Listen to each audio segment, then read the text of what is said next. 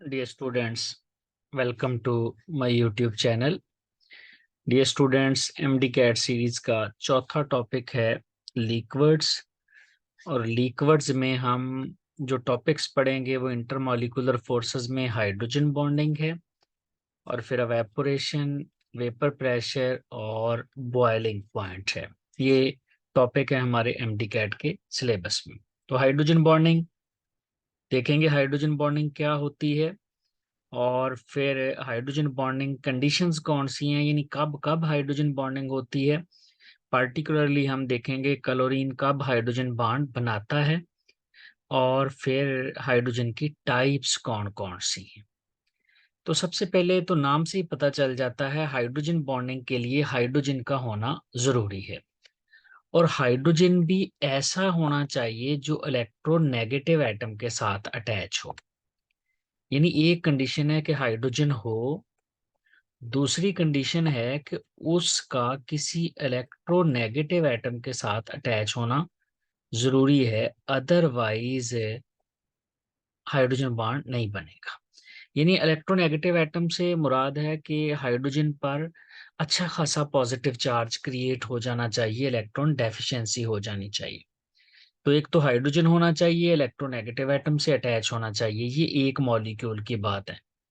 फिर दूसरे मॉलिक्यूल जिसके साथ हाइड्रोजन बॉन्ड बनाना है उसमें इलेक्ट्रोनेगेटिव एटम भी होना चाहिए, यानी हाइड्रोजन भी इलेक्ट्रोनेगेटिव एटम से अटैच हो, और फिर जिसके साथ इस हाइड्रोजन ने हाइड्रोजन बॉन्ड बनाना है वो जो है वो भी इलेक्ट्रोनेगेटिव एटम होना चाहिए। जैसा कि वाटर की एग्जांपल लें तो यहाँ पर देखें, ये जो हाइड्रोजन है ये हाइड्रोजन अटैच है इलेक्ट्रोनेगेटिव एटम के साथ, और इलेक्ट्रोनेगेटिव एटम कौन सा है? ऑक्सीजन।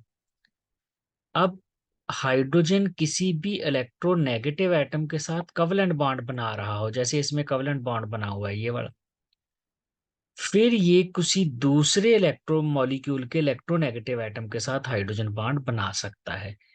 यानी अ, एक तो हाइड्रोजन अटैच हो किसी भी इलेक्ट्रोनेगेटिव एटम के साथ, कवलेंट बॉन्ड बना रहा हो, और फिर ये जो हाइड्रोजन कवलेंट बॉन्ड बना रहा है इलेक्ट्रोनेगेटिव एटम के साथ, ये हाइड्रोजन बॉन्ड बनाएगा किसी और इलेक्ट्रोनेगेटिव एटम के साथ। वो उसी मॉलिक्यूल का भी हो सकता है, उसी मॉलिक्यूल के अंदर भी हो सकता है, और वो एटम डिफरेंट मॉलिक्यूल का भी हो सकता है। तो ये इस तरह से हाइड्रोजन बॉन्ड बनते हैं। हाइड्रोजन बॉन्डिंग, इसकी टाइप्स, एक है इंट्रा। इंट्रा होती है विद इन मॉलिक्यूल, मतलब जैसा कि नाइट्रोफिनॉल में देखें कि ये जो हाइड्रोजन इलेक्ट्रोनेगेटिव एटम के साथ अटैच है, पहली कंडीशन, हाइड्रोजन को इलेक्ट्रोनेगेटिव एटम के साथ कोवेलेंट बॉन्ड बनाना चाहिए, और फिर जो हाइड्रोजन है इलेक्ट्रोनेगेटिव एटम से कोवेलेंट बॉन्ड बना रही है, ये किसी दूसरे इलेक्ट्रोनेगेटिव एटम के साथ हाइड्रोजन बॉन्ड भी बनाएगी। अब वो जो इलेक्ट्रोनेगेटिव एटम है अगर उसी मॉलिक्यूल के अंदर ही हो, यानी उसी मॉलिक्यूल का पार्ट हो, तो फिर ऐसी हाइड्रोजन बॉन्ड को कहते हैं इंट्रामॉलिक्यूलर हाइड्रोजन बॉन्ड, जैसा कि ऑर्थो नाइट्रोफिनोल में। लेकिन अगर ये जो हाइड्रोजन है ये जो इलेक्ट्रोनेगेटिव एटम के साथ कोवेलेंट बॉन्ड बना रही है, ये किसी दूसरे मॉलिक्यूल के इलेक्ट्रोनेगेटिव एटम के साथ हाइड्रोजन बॉन्ड बनाए, तो ऐसे हाइड्रोजन बॉन्ड को कहते हैं इंटरमॉलिक्यूलर हाइड्रोजन बॉन्डिंग। तो दो तरह की बॉन्डिंग होगी, इंट्रा और इंटरमॉलिक्यूलर हाइड्रोजन बॉन्डिंग। अब देखते हैं सबसे इंपॉर्टेंट बात कि कौन कौन से एलिमेंट्स हाइड्रोजन बॉन्ड बनाते हैं। देखिए, हाइड्रोजन बॉन्ड बनाते हैं इलेक्ट्रोनेगेटिव एटम फ्लोरीन, और उसके बाद इलेक्ट्रोनेगेटिविटी है ऑक्सीजन की, उसके बाद नाइट्रोजन की। ये तो हाइड्रोजन बॉन्ड बनाते हैं। जब भी हाइड्रोजन इनमें से किसी के साथ अटैच होगा तो इसका मतलब ये कंडीशन पूरी हो जाएगी, हाइड्रोजन इलेक्ट्रोनेगेटिव एटम के साथ कोवेलेंट बॉन्ड बना रहा है। फिर ये हाइड्रोजन किसी दूसरे इलेक्ट्रोनेगेटिव एटम के साथ है, इस तरह से हाइड्रोजन बॉन्ड भी बना लेगा। अब इसमें क्लोरीन कब हाइड्रोजन बॉन्ड बनाता है? हमारी बुक्स में लिखा होता है रेयरली क्लोरीन, आमतौर पर क्लोरीन हाइड्रोजन बॉन्ड नहीं बनाता है। क्यों नहीं बनाता? इसका साइज बड़ा होता है। साइज बड़ा होने की वजह से इसकी चार्ज डेंसिटी इतनी ज्यादा नहीं होती है, जिसकी वजह से ये हाइड्रोजन बॉन्ड नहीं बनाता। लेकिन एक एग्जांपल ऐसी है क्लोरल हाइड्रेट की, जिसमें क्लोरीन हाइड्रोजन बॉन्ड बनाता है। क्लोरल हाइड्रेट क्या होता है, देखें, एसिटल्डिहाइड का मॉलिक्यूल है। एसिटल्डिहाइड के मॉलिक्यूल में आप उसके सारे हाइड्रोजन अल्फा वाले निकाल के पहले तो क्लोरीन लगा दें। इस तरह से ये एसिटल्डिहाइड है, आप यहां भी क्लोरीन लगा दें, इधर भी क्लोरीन लगा दें और इधर भी क्लोरीन लगा दें, ट्राई क्लोरो एसिटल्डिहाइड बन गया। अब ट्राई क्लोरो एसिटल्डिहाइड में वाटर ऐड करें यहाँ पे, तो ऑक्सीजन पे H लगेगा और फिर कार्बन पे OH लगेगा, तो ये 3 क्लोरीन हो गए हाइड्रोजन निकल के, दिस वन, दिस वन।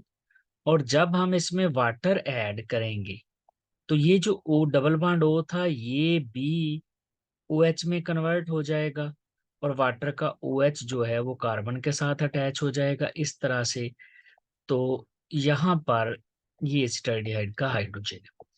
तो यहाँ पर ये वाहद एग्जाम्पल है जिसमें क्लोरीन जो है वो हाइड्रोजन बॉन्ड बना लेता है।